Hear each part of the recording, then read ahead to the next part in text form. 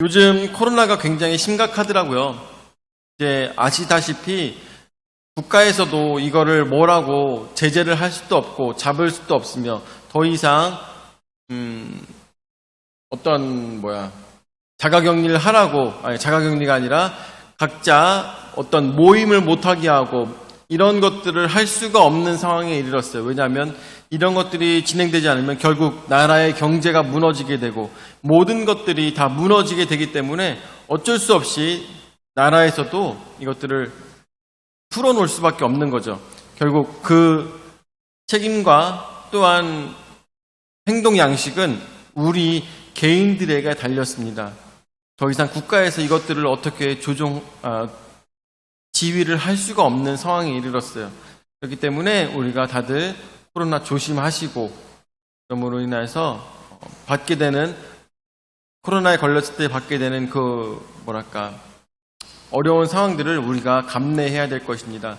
그렇기 때문에 각자 알아서 잘 조심하시고, 그러므로 인해서 아프지 않으시고, 또한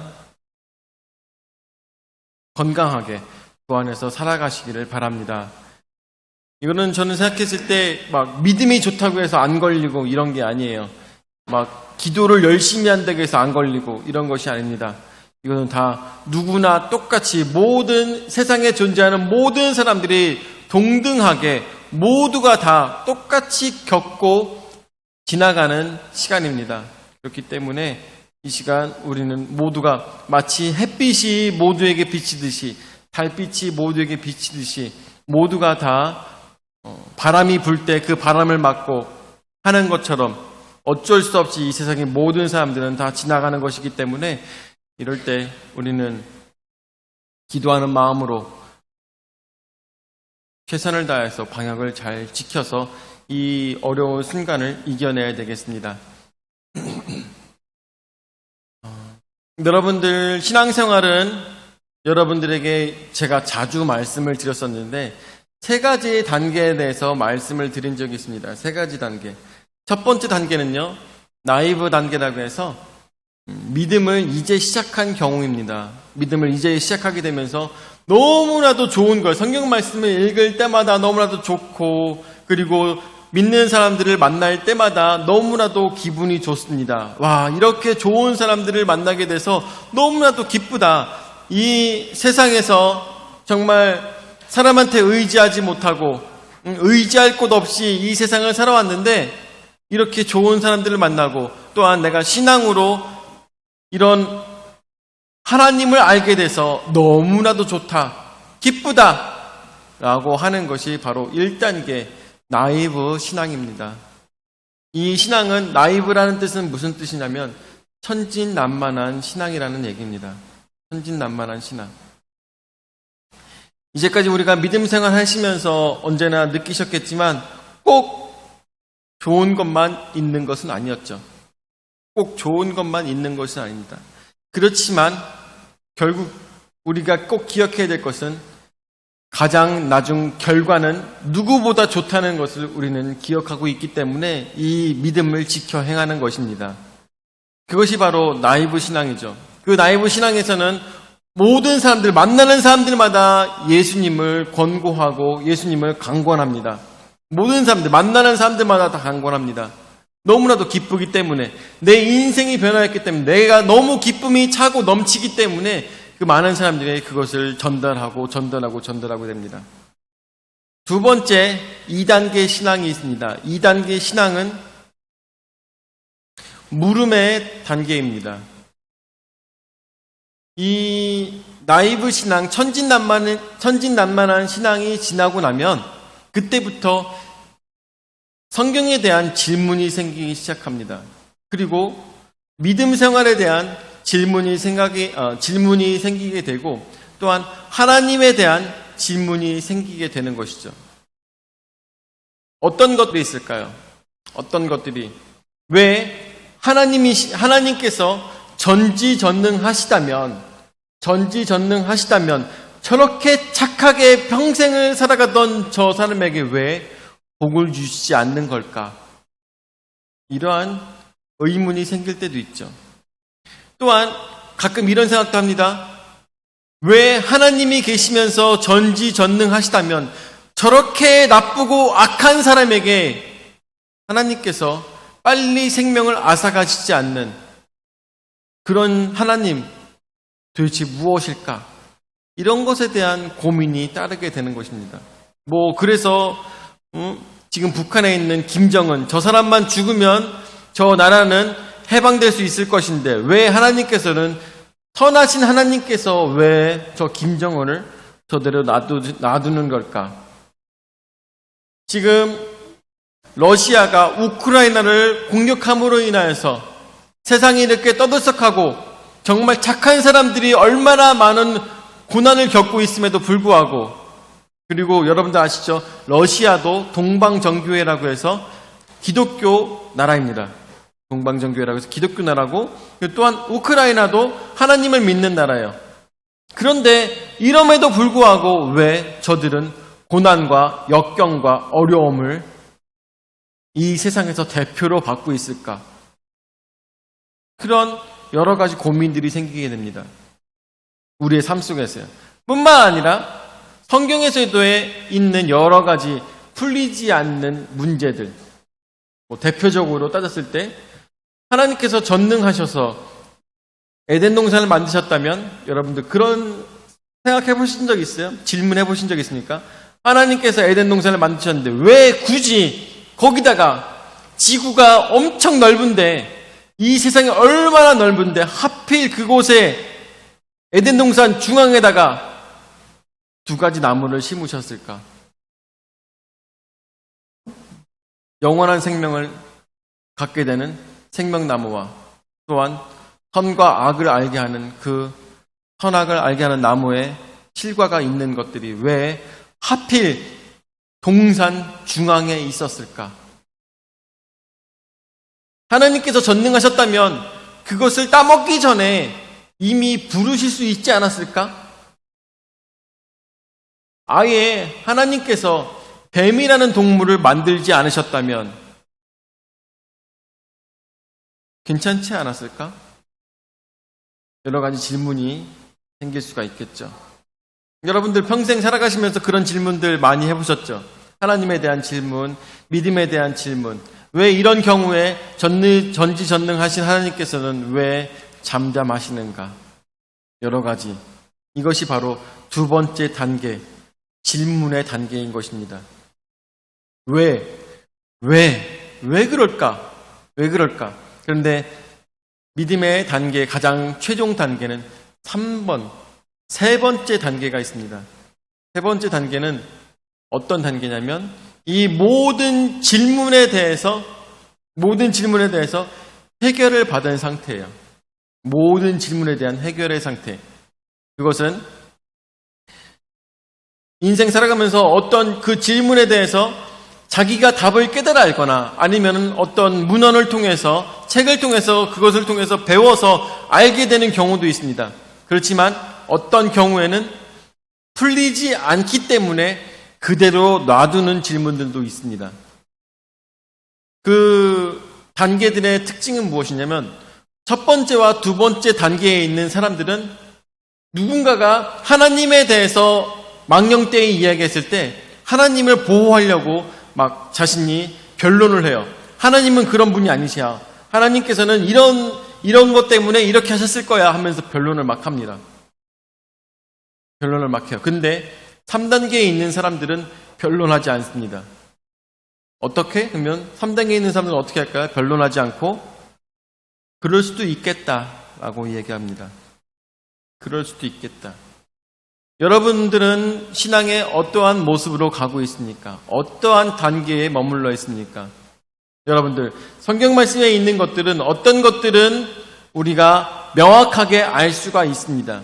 그렇지만 어떠한 말씀들은 굳이 그것을 해석하지 않은 상태로 놔두는 것이 더 좋은 믿음의 모습일 수도 있다는 것을 우리는 기억해야 될 것입니다. 왜냐하면 잘못 해석할 수도 있기 때문인 것이죠. 최선을 다해서 아무리 해석하려고 노력한다 할지라도 그것이 내가 결론을 도달하고 내가 답을 얻었다고 얘기한다 할지라도 그것이 잘못될 수 있기 때문에 모르는 것은 모르는 것으로 놔두는 것도 좋은 선택이라는 것입니다.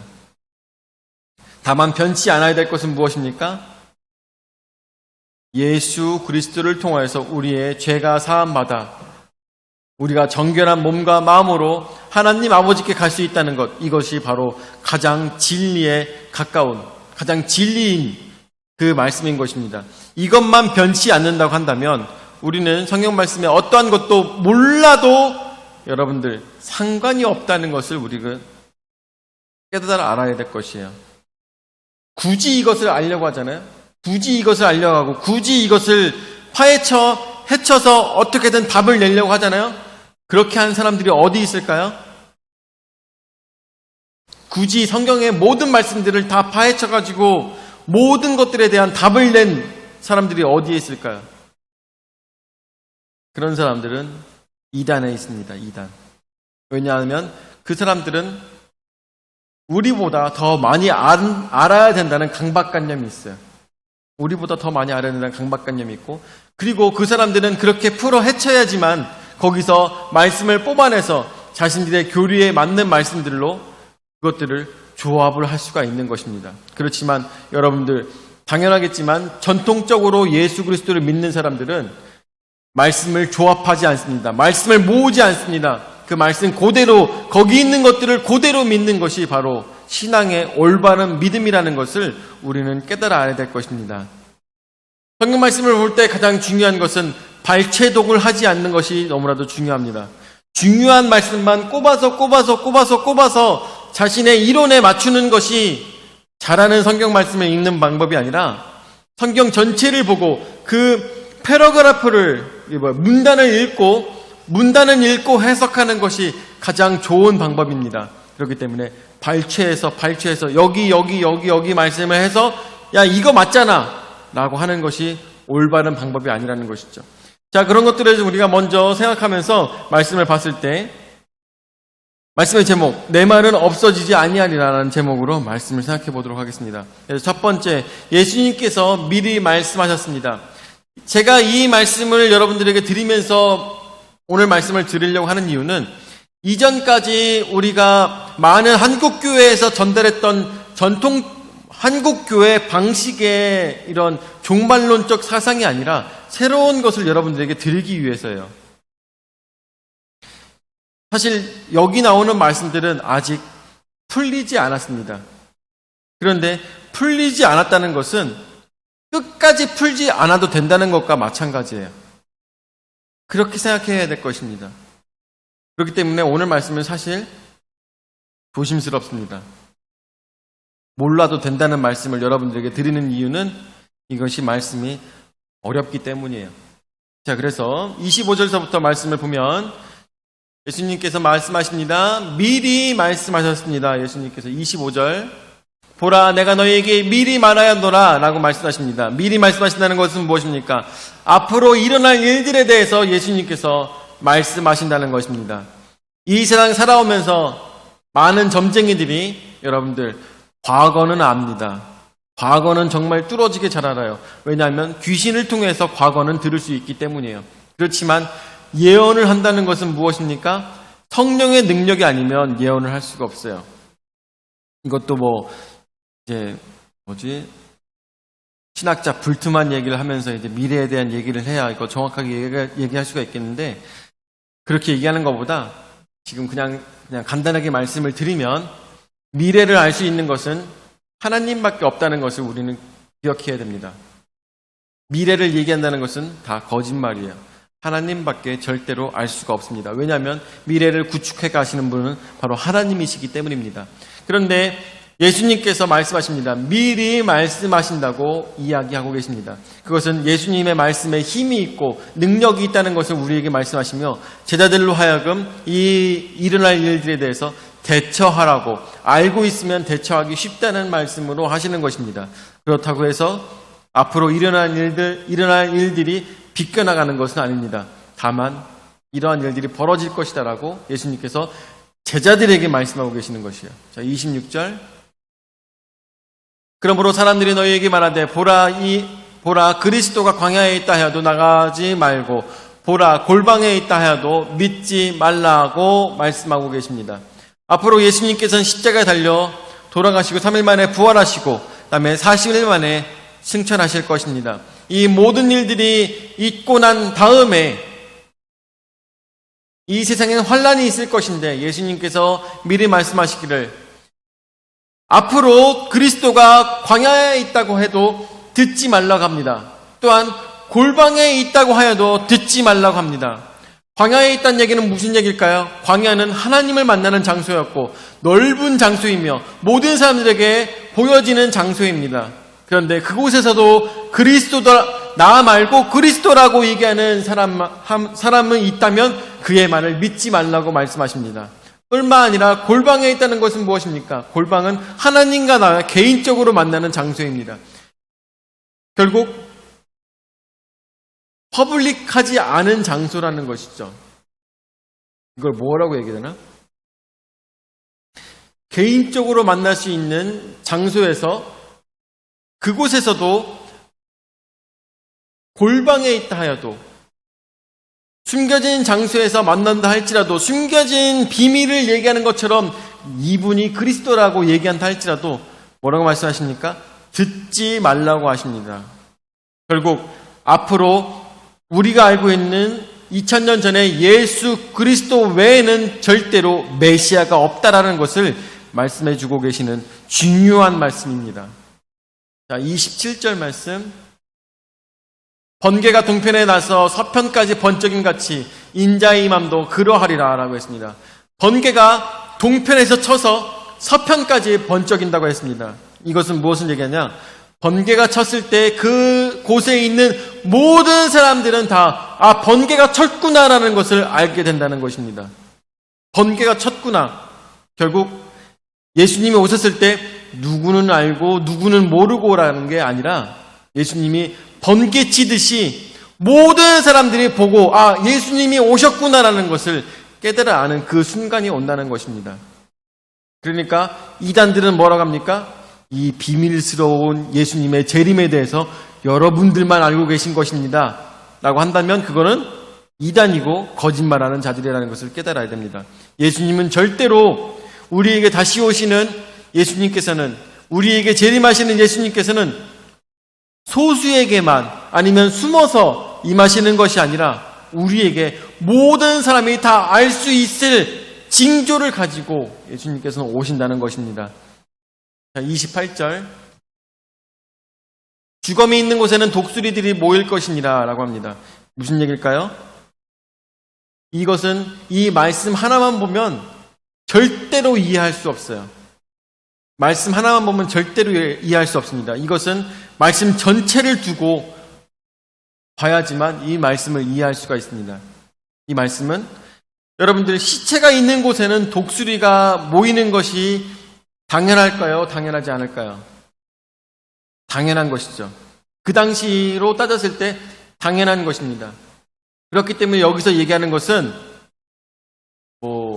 전쟁에 있는 곳에 그곳을 늑탈하는 나쁜 사람들이 있고 이런 얘기를 하는 것이 아니라 이 전체적인 내용으로 봤을 때 예수님께서 오시는 것을 모든 사람들이 다 깨달아 알게 되는 것은 당연한 일이다. 마치 주검이 있는 곳에 독수리가 와서 그 시체를 먹는 것처럼 당연한 것이다라고 말씀하고 있는 것입니다.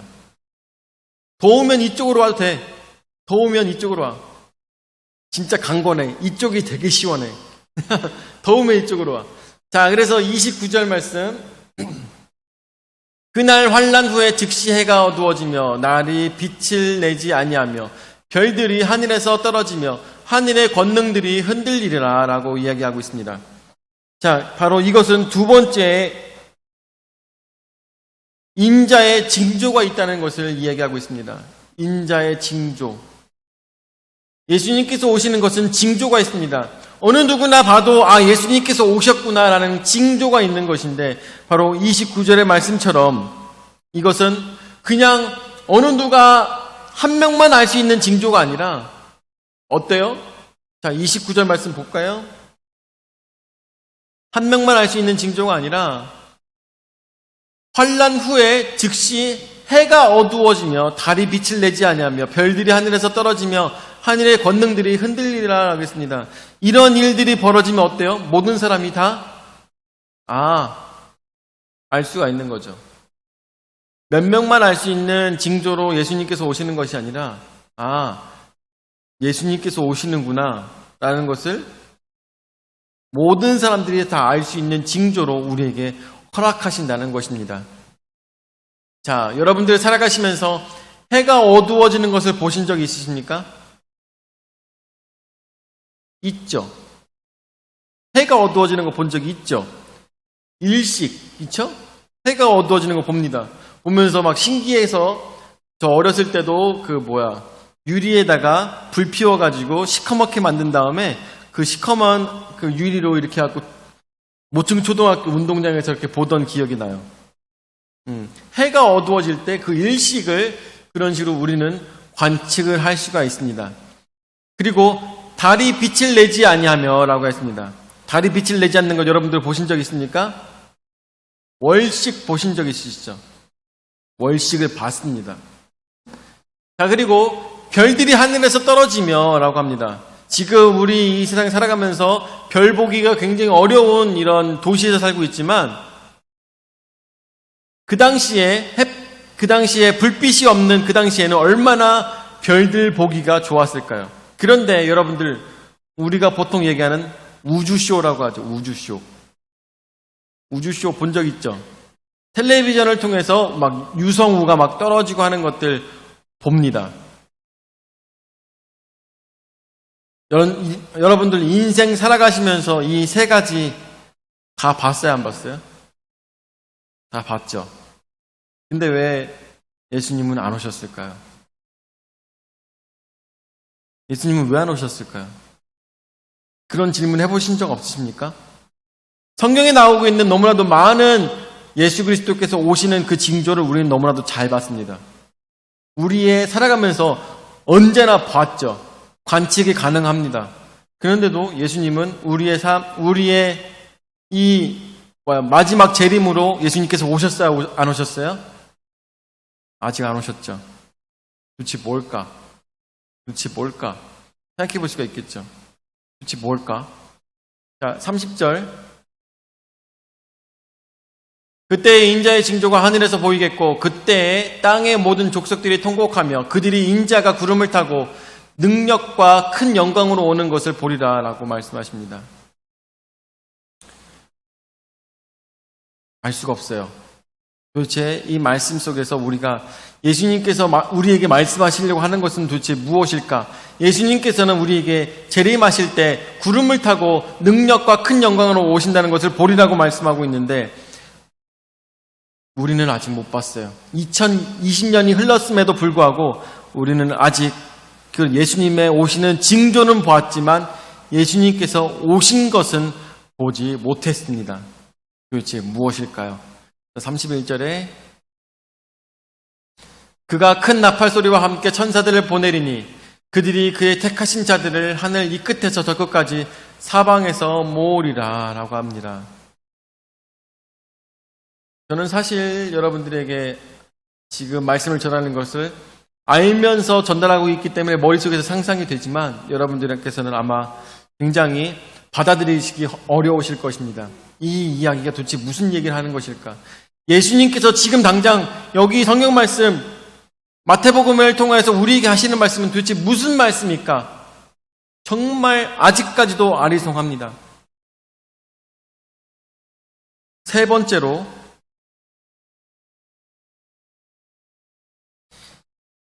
우리는 이런 일들을 통해서 인자가 가까이 온 것을 알라고 예수님께서 말씀하시는데 32절 말씀을 보도록 하죠. 32절 말씀. 무화과 나무의 비유를 배우라. 그 가지가 연하여지고 잎사귀를 내면 여름이 가까운 줄을 아나니 라고 합니다. 우리가 징조를 봤을 때 다음 날 그리고 가까운 시일 내에 무슨 일이 일어나는지 알게 됩니다. 저도 어렸을 때 기억이 많이 나는데 모층 초등학교에서 집을 걸어가다 보면은 이런 언덕이 있었어요. 커다란 언덕이 있었어요. 밑에 보도블록이 있고 커다란 언덕이 있었는데 그 길이 좀 넓었어. 그런데 길을 가다 보면은 어떤 일이 벌어지냐면 아침에 집에서 나와가지고 길을 걷고 있잖아요. 길을 걷고 있으면 그 언덕을 내려가야 됐어요. 언덕을 내려가서 모충 초등학교까지 걸어갔습니다. 언덕을 내려가고 난 다음에 차도를 건너서 거기서 효자문이 있었어요. 효자문에서 좀 더 걸어가서 모충 초등학교까지 들어갔어요. 우리 김 권사님은 다 이렇게 머릿속에 기억나실 거라 생각이 들어요. 왜냐하면은 권사님께서도 그 길을 통해서 구세군 영문을 왔다 갔다 하셨을 테니까 했는데 그 길을 왔다 갔다 했어요. 그러는 동안에 언덕이 하나가 있었는데 그 언덕을 지날 때 저는 거기서 뭘 보냐면 저 하늘에서 갑자기 슝 하고 제 발밑으로 쑥 하고 지나가요. 하늘에서 뭐가 슝 와서 발밑으로 쑥 지나가. 뭘까요? 뭔지 아세요? 뭐예요? 김 권사님 이거 뭐예요? 아, 설마요. 제가 그런 일을 겪었겠어요. 아니에요. 발밑으로 뭐가 슉 지나가요. 시커먼 게. 뭘까? 예? 맞아요. 제비예요, 제비. 제비. 우리 어렸을 때는 참 많이 봤잖아요. 그렇죠? 제비가 발밑으로 슉 하고 지나갑니다. 학교를 가다 보면은 제비가 발밑으로 슉 지나가고 그래요. 그러면 그날은 무슨 일이 일어나요? 그쵸, 맞아요. 비가 옵니다. 그러고 난 다음에 학교에 가가지고 수업을 받다 보면 그날은 분명히 반드시 비가 와요. 그러면은 반드시 그때 어머니께서 뒤에 문을 똑똑똑 두들기시면서 오셔가지고 지찬아, 여기 우산 받아가 이렇게 하면서 학교까지 오셔가지고 어머니께서 우산을 갖다 주셨어요. 지금 저는 좋아가지고 막 뛰어나가지고 엄마 오셨다고 학교에서 그랬던 기억이 지금도 생생합니다. 그렇게 우산을 받았어요. 아니, 그리고 나중에 커서 제가 생각해 봤더니, 그 우산을 주시기 위해서 그 거리를 걸어가셨구나. 우산을 쓰시고선. 그런 걸 생각했을 때, 참, 우리 어머니 쉬는 날도 없었구나라는 생각이 들더라고요. 그런 생각들이 많이 나더라고요. 어쨌든 간에, 이 시간 말씀드리려고 했던 건, 하나의 징조를 보면 여러분들 앞으로 어떤 일들이 벌어질 줄 알게 됩니다. 무화과 나무에 가지가 연하여지고 잎사귀가 나면 여름이 가까운 줄 안다는 것. 그것은 마치 지금 하나의 징조를 보면 다음에 무슨 일이 일어나는지 알듯이 우리는 이런 일들이 벌어질 것을 봤을 때 예수님께서 가까이 오고 계시는구나 라는 것을 우리는 알 수가 있는 것입니다. 그래서 인자가 가까이 오시는 것이구나라는 것을 알게 되는 것이죠. 33절에 그래서 이와 같이 너희도 이 모든 일을 보거든 인자가 가까이 곧 문 앞에 이른 줄 알라. 도대체 이게 무슨 얘기일까? 라는 생각이 들죠. 34절 내가 진실로 너에게 말하노니 이 세대가 지나기 전에 이 일이 다 일어나리라 라고 말씀하고 계십니다. 우리의 세대가 끝날 때 이 모든 일들이 일어나게 될까요? 여러분들 어떻게 생각하시나요? 이 세대가 무엇입니까? 이 세대. 한 세대가 몇 년일까요? 한 세대 보통 30년 정도를 따지죠. 30년 정도 한 세대. 근데 예루살렘에 있는 유대인들에게 있어서 한 세대는 40년 정도를 얘기합니다. 그래서 예수님께서 살아계셨던 그 날들과 40년의 세월을 더해서 이 세대라고 생각했을 때 약 70년의 시간을 두고 우리가 계산을 해볼 수가 있는데 70년 동안에 이 일들이 일어나게 될 것이라고 예수님께서 말씀하십니다. 결국 이제까지 대한민국에서 이 말씀을 가지고 우리에게 종말론적으로 얘기할 때는 지금 당장 일어날 것처럼 얘기했었어요. 언제나. 지금 당장 일어날 것처럼. 그런데 오늘 여러분들에게 말씀을 드리는데 이 사건은 이미 일어났었습니다. 언제? AD 70년에 일어났습니다. AD 70년. 이 성전이 무너지는 세상의 끝이 그들에게 임하게 되었고 제자들은 이리저리 갈팡질팡 다 도망갈 수밖에 없는 그 순간이 로마의 황제로부터 로마의 장군 뒤로부터 이 모든 사건들이 일어나게 된 것입니다. 그렇기 때문에 예수님께서 이 지금 하시는 말씀은 우리에게 하시는 말씀들이 아니라 기억하셔야 돼요. 제자들에게 하셨던 말씀입니다. 제자들에게 하셨던 말씀. 자, 그래서 이것들을 생각했을 때 이 말씀들을 다시 해석한다면 기원 후 70년에 예루살렘 멸망 전에 예루살렘이 멸망할 때 일어났던 사건들을 여러분들에게 말씀을 드리겠습니다. 첫 번째로 거짓 메시아가 나타납니다. 무나헴, 튜타스 등이 일어나 수천의 동조자들을 설득시켜 자신이 메시아라고 이르는 거짓 선지자들이 일어나게 됩니다.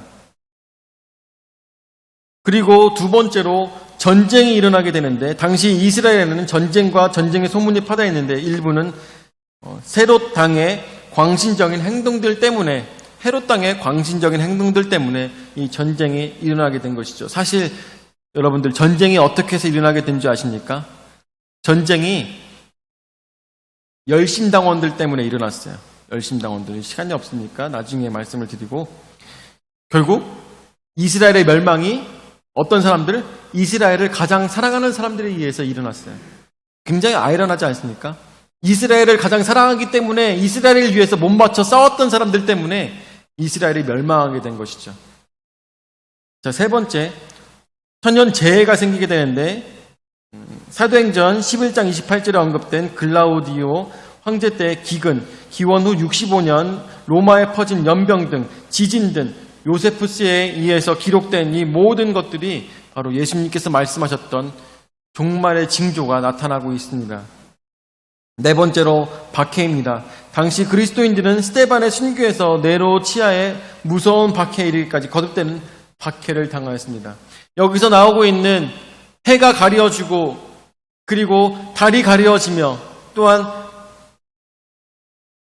이 많은 유성우까지 이 모든 징조들, 그 징조가 여러분들 뭘 얘기하는지 아십니까? 전쟁을 통해서 이스라엘에 많은 폐허가 생기면서 그곳에 나는 모든 연기들로 인하여서 하늘이 가리워지는 것을 예수님께서 말씀하셨던 것이죠. 그리고 이 얘기는 무슨 얘기냐? 70년까지 생기게 될 그들에게 일어나게 될 무서운 종말을 이스라엘의 종말을 예수님께서는 예언해 주셨던 것입니다. 자, 그런 상황에서 우리가 지금 현세로 돌아와서 그 당시에 그 사람들이 겪었던 이 모든 어려움들을 우리가 가만히 생각해 보며 예수님께서 진정 우리에게 말씀해 주고 싶으셨던 것은 무엇일까요? 예수님께서 그럼에도 불구하고 우리에게 말씀해 주고 싶으셨던 것들, 그래도 너희는 믿음을 지키라는 것을 예수님께서 말씀하시는 것입니다. 그것이 가장 중요한 것이에요. 세상이 끝난다 할지라도 너희는 믿음을 지켜라. 여러분들, 그들이 믿음을 지켰을 때, 이스라엘이 멸망했을 때, 그들이 믿음을 지켰을 때 어떤 일이 벌어졌습니까? 그들은 온 세상으로 전파하며 하나님의 말씀을 전파하는 귀한 능력이 저들에게 나타났던 것입니다.